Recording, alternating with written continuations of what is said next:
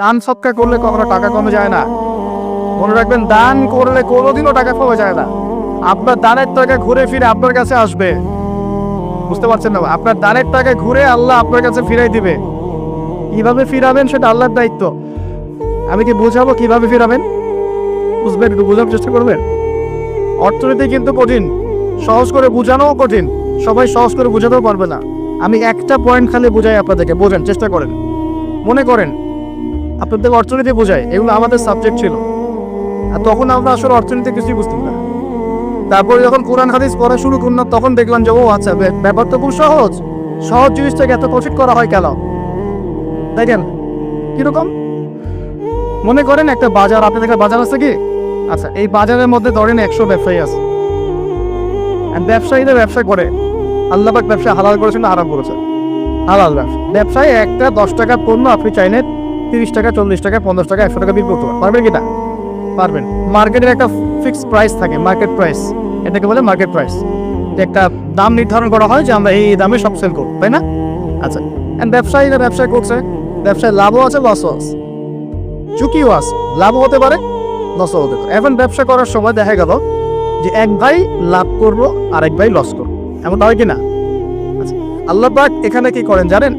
এই বাজারের মধ্যে যে সম্পদগুলো আছে, অর্থ সম্পদ, আপনারা যেটা কারেন্সি বলেন, এগুলো আল্লাহ রাব্বুল আলামিন হাত থেকে হাতে ঘোরাতে থাকে। আজকে আপনার হাতে, কালকে তার হাতে, কালকে তার হাতে, পশু আরেকবার হাতে। এই সম্পদ বাজারের মধ্যে ঘুরতে থাকে। বাজারটা হতে পারে সমাজ, হতে পারে রাষ্ট্র, হতে পারে বিশ্ব। ভালো করে বোঝেন, ছোট পরিসরে হতে পারে সমাজ, হতে পারে রাষ্ট্র বা বিশ্ব। আল্লাহ পাক সম্পদটা সার্কুলেট করেন, ঘোরাতে থাকে। আজকে তার হাতে, কালকে তার হাতে, কালকে তার হাতে, এভাবে সম্পদ ঘুরতে থাকে। লাভ লসের রিস্ক আছে, কেউ লাভ করে, কেউ লস করে। এভাবে সম্পদ সার্কুলেট হতে হতে হতে আল্লাহ পাক যাকে ইচ্ছা ধনী বানান, যাকে ইচ্ছা গরিব বানান। কথা বুঝতে পারছেন? এটা হলো এই জায়গায় রিজিকটা নিয়ন্ত্রণ করে সরাসরি আল্লাহ পাক। আল্লাহ পাক কারো সম্পদ নেন, কারোকে দেন, কারো কাছ থেকে নেন, কারোকে দেন, কারো কাছ থেকে নেন, কাউকে দেন। এভাবে সম্পদ ঘুরতে থাকে। আর যদি দেখা যায় সম্পদ মানে চাহিদার চেয়ে কম হচ্ছে, আল্লাহ পাক সম্পদ উৎপন্ন করে দেন। জমিন থেকে উৎপন্ন করেন, আসমান থেকে উৎপন্ন করেন। দুনিয়ার টেনশন এবং পরকালের টেনশন সব দূর হয়ে যাবে যদি কেউ বেশি বেশি দরুদ পাঠ করে। এটা হাদিস থেকে বললাম। আর গোনা, আমলনামায় যে গোনাগুলো আছে এগুলো মিটে যাবে যদি কেউ বেশি বেশি দরুদ পাঠ করে। একজন সাহাবী রাসূল সাল্লাল্লাহু আলাইহি ওয়াসাল্লামকে বলেছিলেন, ইয়া রাসূলুল্লাহ, আমি আমার দোয়ার মধ্যে কতটুকু দরুদ পড়ব? আমি কি 4 ভাগের 1 ভাগ দরুদ পড়ব? নবীজি বলেছেন সাল্লাল্লাহু আলাইহি ওয়াসাল্লাম, তুমি পড়তে পারো, চাইলে আরো বাড়াতে পারো, বাড়ালে তোমার জন্য উত্তম। ইয়া রাসূলুল্লাহ, আমি কি তাহলে 3 ভাগের 1 ভাগ দরুদ পড়বো আর 2 ভাগ দোয়া করব? নবীজি বললেন, করতে পারো, বাড়ালে তোমার জন্য উত্তম। ইয়া রাসূলুল্লাহ, আমি কি তাহলে অর্ধেক দরুদ পড়বো আর অর্ধেক দোয়া করব? নবীজি বলছেন, বাড়ালে উত্তম, চাইলে করতে পারো। ইয়া রাসূলুল্লাহ, আমি কি তাহলে সারা আমার পুরো দোয়াটাই শুধু দরুদই পড়বো আপনার উপরে? তখন নবী সাল্লাল্লাহু আলাইহি ওয়াসাল্লাম বললেন, যদি তুমি এটা করতে পারো তাহলে তোমার কোনো গুনাহ থাকবে না, কোনো দুশ্চিন্তাও থাকবে না। তো যদি দেখেন যে দরুদ পড়তে পড়তে পড়তে দোয়ার সময় চলে গেছে, এতে আবার মানে মন খুঁতখুত করার কিছু নাই, বরং আপনি সবচেয়ে বেশি লাভবান হয়েছে।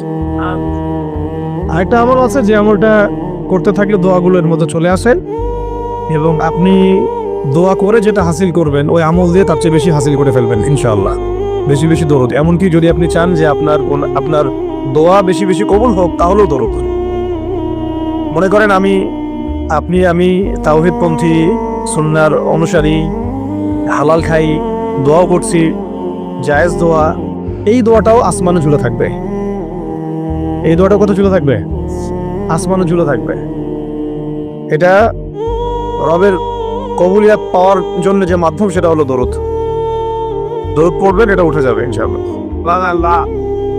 যেই নবীর এত বড় শান, এত বড় মর্যাদা, সেই নবীকে আজকে বাংলাদেশের মাটিতে কিভাবে কটূক্তি করা হচ্ছে, খেয়াল করছেন?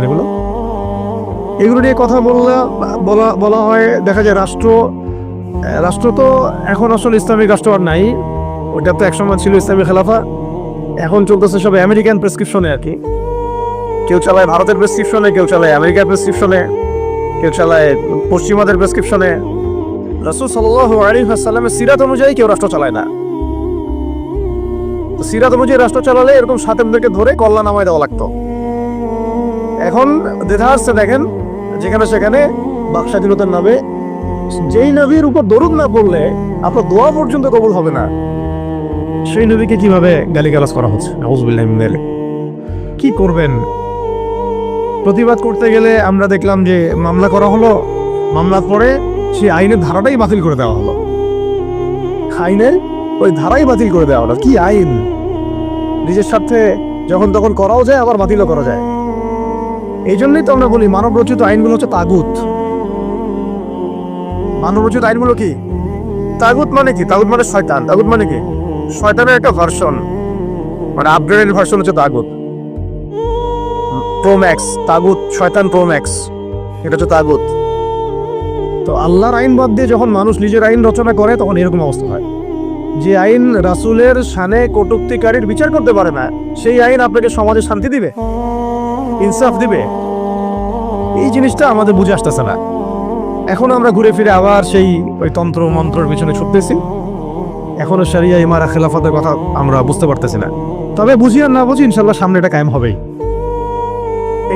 এটা নিয়ে কোনো সন্দেহ নাই, লা শাক্কা ফি, কোনো সন্দেহ নাই, এটা সামনে কায়েম হচ্ছেই, এটা কেউ ঠেকাতে পারবে না। তো যাই হোক, আরেকটা আমল ছিল জুমার দিন, সেটা হচ্ছে সূরাতুল কাহফ তেলাওয়াত করা। কোন সূরা? সূরা কাহফ কোনোভাবেই ছাড়বেন না। এটা আমি মানে জোর দিয়ে এই কারণে বলছি, সূরা কাহফ যারা নিয়মিত পড়ে, অন্তত প্রত্যেক জুমায় পড়ে, তাদের কলবের চোখ খুলে যাবে। কলবের চোখ না খুললে আপনি বাস্তবতা বুঝতে পারবেন না। কোনটা হক, কোনটা বাতিল, কোনটা ন্যায়, কোনটা অন্যায়, কোনটা সহি, কোনটা গলত। ঠিক আছে? কোনটা ন্যায়, কোনটা অন্যায়, কোনটা জুলুম, কোনটা ঈমান, কোনটা কুফর, এই যে পার্থক্য, তাওহীদ শিরক, আসলে এই সত্য কোনটা, মিথ্যা কোনটা, এই যে গলনধাঁধা এখন চলতেছে সারা বিশ্ব জুড়ে, এইটা আপনি ভিতরের চোখ ছাড়া দেখতে পারবেন না। বাইরের চোখ দিয়ে দেখলে অনেক কিছুই অনেক রকম মনে হবে, কিন্তু আসলে বাস্তবতা এমন না। বাইরের চোখ দিয়ে দেখলে অনেক কিছুই মনে হবে খুব ভালো, আসলে ওটার ভিতরে কুফরি আছে। বাইরের চোখ দিয়ে দেখলে মনে হবে খুব সুন্দর, আসলে ওর মধ্যে শিরক আছে। এই যে অন্তর্দৃষ্টি, আমরা একটা কথা বলি, হিকমা আল বাসীরা, প্রজ্ঞা, বাংলা ভাষায় বলে কি প্রজ্ঞা, দূরদর্শিতা, বাংলা ভাষায় বলে দূরদর্শিতা, এটা হাসিল হবে সূরা কাহফ তেলাওয়াত করলে। আর শেষ জামানায় এই দূরদর্শিতার দরকার এত বেশি, এই আমলগুলো জুমার দিন ছাড়া ঠিক হবে না কোনোভাবেই। তো প্রতি সপ্তাহে আমলগুলো জারি থাকবে ইনশাআল্লাহ। আল্লাহ পাক সবাইকে করার তৌফিক দান করেন। আমাদের উচিত দিনে কমপক্ষে 100 বার করে হলেও আলহামদুলিল্লাহ পড়া যাবে। যে কোনো অবস্থাতে আলহামদুলিল্লাহ, আলহামদুলিল্লাহ। ভাই কেমন আছেন? আলহামদুলিল্লাহ। ভাই পরিবার কেমন আছে? আলহামদুলিল্লাহ। ভাই চাকরি কেমন আছে, চলছে কেমন? আলহামদুলিল্লাহ। ব্যবসা কেমন? আলহামদুলিল্লাহ। এটা হচ্ছে সেই বান্দা নিদর্শন যার মনের মধ্যে আল্লাহর প্রতি ভক্তি শ্রদ্ধা আছে, যার মনের মধ্যে আল্লাহর নূর আছে। তার নিদর্শন হচ্ছে সে সব সময় শুকরিয়া আদায় করবে। একটা এক্সাম্পল দিচ্ছি, দেখেন ইব্রাহিম আলাইহিস সালাম ওই, আর এই যে এইখানে মক্কায় তার একজন স্ত্রী হাজারা আলাইহিস সালাম, ওইখানে একজন স্ত্রী সারা আলাইহিস সালাম। মনে আছে ঘটনা? আচ্ছা, তিনি আসলেন বাসায়, দরজায় নক করছেন যে বাসায় কে আছে? দরজার পিছন থেকে বলা হচ্ছে যে আমি। তিনি বলছেন ইসমাইল কোথায়? তখন আওয়াজ আসছে ইসমাইল শিকার করতে গেছে। তারপরে তাকে বলা হচ্ছে তোমরা কেমন আছো, স্বামী স্ত্রী তোমরা কেমন আছো? তো স্ত্রী জবাব দিচ্ছে আমরা ভালো নাই, আমাদের ঘরে অনেক অভাব, আমাদের অনেকের স্ত্রীর মতো আছে না এরকম? সারা জীবন করে যাবেন, একটা কথাই শুনবেন শেষ বয়সে গিয়ে, জীবনে কিছুই পাইলাম না তোমার কাছে। নিজের মাথার ঘাম পায়ে ফেলে করতেই থাকবেন, করতেই থাকবেন, করতেই থাকবেন, করতেই থাকবেন, কিন্তু আপনি শুনতেই থাকবেন, শুনতেই থাকবেন, কিছুই করলাম না, কিছুই পাইলাম না, কিছুই পাইলাম না। অমুক ভাবি কত ভালো আছে, অমুক কত ভালো আছে, অমুকের এত আছে, অমুকের তত আছে। সুবহানাল্লাহ। এটা আমাদেরই দোষ। কারণ বিয়ে করার সময় যারা দিনদারিতা না দেখে শ্বশুরের সম্পত্তি দেখবেন, সৌন্দর্যকে বেশি প্রাধান্য দিবেন, নিজের হারাম প্রেমকে বেশি প্রাধান্য দিবেন, নিজের ওই বংশমর্যাদা ইত্যাদি ইত্যাদিকে বেশি প্রাধান্য দিবেন, তখন তো আফসোস করতেই হবে, কিছু করার নেই।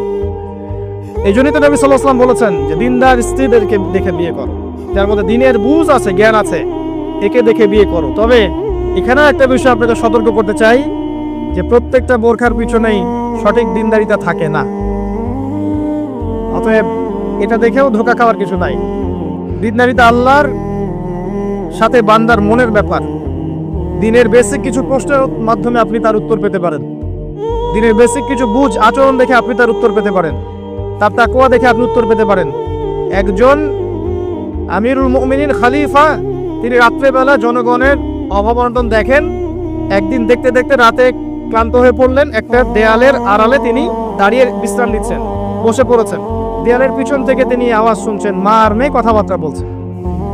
মা বলছে দুধে পানি মিশাও, আর মেয়ে বলছে যে ইত্তাকিল্লাহ, হে মা আল্লাহকে ভয় কর। তার মা বলছে এখানে তো ওমর নাই, ওমরের প্রশাসন নাই, ভয়ের কি আছে, মিশাও, পানি মিশাও। তখন এই মেয়ে বলছে ওমর নাই তো কি হয়েছে, ওমর রব আল্লাহ তো জীবিত আছেন, তিনি দেখছেন।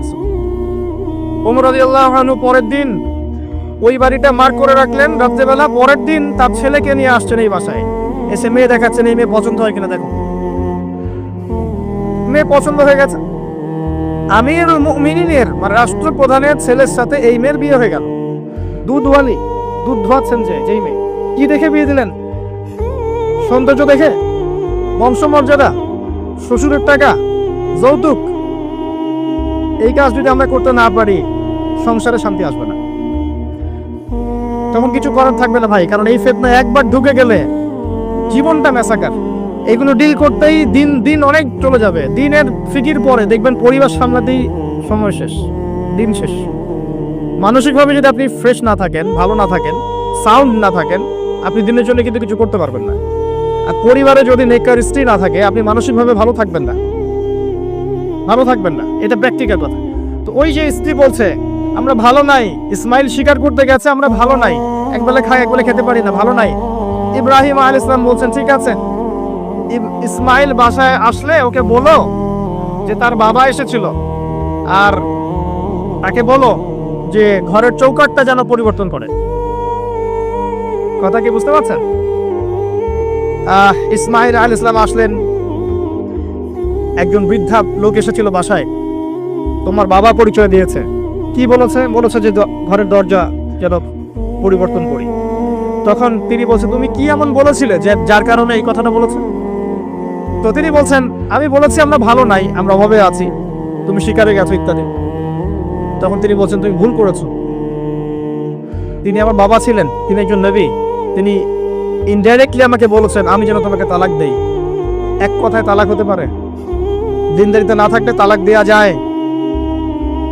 যদি ধৈর্য ধরতে ধরতে ধরতে ধরতে আপনি অতিষ্ঠ হয়ে যান, দিনের ব্যাপারে আর কম্প্রোমাইজ করতে পারেন না, সেক্ষেত্রে তালাক একটা অপশন আছে। এটা খারাপ নয়, যদিও এটা মন্দের ভালো একটা অপশন, কিন্তু সবর করতে উৎসাহিত করা হয়েছে। সবর করতে করতে করতে করতে যদি ভিতরটা পরিবর্তন না হয়, এরকম আল্লাহর প্রতি অকৃতজ্ঞ মানুষকে নিয়ে আপনি সারা জীবন চলতে পারবেন না। দিনের পথে চলতে গিয়ে যারা প্রতিবন্ধকতা স্বীকার করে, তাদেরকে নিয়ে আপনি আল্লাহর পথে দাওয়াত এবং মুজাহাদার মেহনত করতে পারবেন না। এই জায়গায় গিয়ে অনেক সময় এক্সট্রিম ডিসিশন নিতে হতে পারে। এটা ইসলাম কিন্তু অপশন রেখেছে আপনার জন্য, আমি উৎসাহিত করছি না, অপশন রেখেছে। এরপরে আবার তিনি আসলেন অনেক বছর পর, এসে আবার নক করলেন যে আসসালামু আলাইকুম। ওয়ালাইকুম সালাম। ইসমাইল কোথায়? শিকার করতে গেছে। তোমরা কেমন আছো? আলহামদুলিল্লাহ আমরা অনেক ভালো আছি। ঠিক আছে, ইসমাইল বাসা আসলে তাকে বলো ঘরের চৌকাঠটা যেন যত্ন করে আদর করে মহব্বত করে রাখে। কথা বুঝতে পারছেন? এবার ইসমাইল আলাইহিস সালাম আসলেন বাসায়, তার স্ত্রী জিজ্ঞাসা করছে, একজন বৃদ্ধা এসেছিলেন, তোমার বাবা পরিচয় দিয়েছেন। কি বলেছে? বলেছে আমি যেন ঘরের চৌকাঠটা তুমি যেন অটুট রাখো, বহাল রাখো। তুমি কি বলেছো? আমি বলেছি আমরা অনেক ভালো আছি। তখন তিনি বলছেন আমার বাবা তোমাকে অনেক পছন্দ করেছেন, তোমাকে নিয়ে আমাকে সংসার করতে বলেছে। এই হলো অবস্থা। শুকরিয়া আদায় যারা করতে পারবে না, তাদেরকে নিয়ে চলা মুশকিল। লুকমান হাকিম, যাকে প্রজ্ঞা দেয়া হয়েছে, তাকেও আল্লাহ পাক আদেশ করছে তুমি আল্লাহর শুকরিয়া আদায় করো। যে ব্যক্তি আল্লাহর শুকরিয়া আদায় করে, কৃতজ্ঞতা প্রকাশ করে, যে কোনো হালতেই বলতে পারে আল্লাহ আলহামদুলিল্লাহ আমি ভালো আছি। এবং আল্লাহ রাসূল সাল্লাল্লাহু আলাইহি ওয়াসাল্লাম বলেছেন কখনো উঁচু স্তরের লোকদের দিকে তাকাবে না। যার উঁচু বাড়ি আছে, তোমার চেয়ে উঁচু বাড়ি আছে, তোমার চেয়ে বড় গাড়ি আছে, তোমার চেয়ে বেশি টাকা আর্ন করে, ওদের দিকে দেখবে না। ওদের দিকে চোখ দিও না, বরং তোমার চেয়ে নিচে যারা আছে, দরিদ্র যারা, তোমার চেয়ে যারা দরিদ্র, ওদের দিকে তাকাও। তাহলে তুমি আল্লাহর নিয়ামতের শুকরিয়া আদায় করতে পারবে ইনশাআল্লাহ। আমরা যদি হসপিটালে যাই, শুকরিয়া আদায় করতে পারবো না? যে এই যে হাজার হাজার মানুষ শুয়ে আছে, কারো ক্যান্সার, কারো ডায়াবেটিস, কারো অমুক, কারো তমুক, কারো অ্যাক্সিডেন্ট, কারো এইটা সেইটা, কারো ব্রেন টিউমার, কারো হার্টের সমস্যা, কত সমস্যা, কেউ হাঁটতে পারে না, কেউ বসতে পারে না, কেউ শুইতে পারে না, কেউ শুইলে ঘুমাতে পারে না। আমরা ভালো আছি না?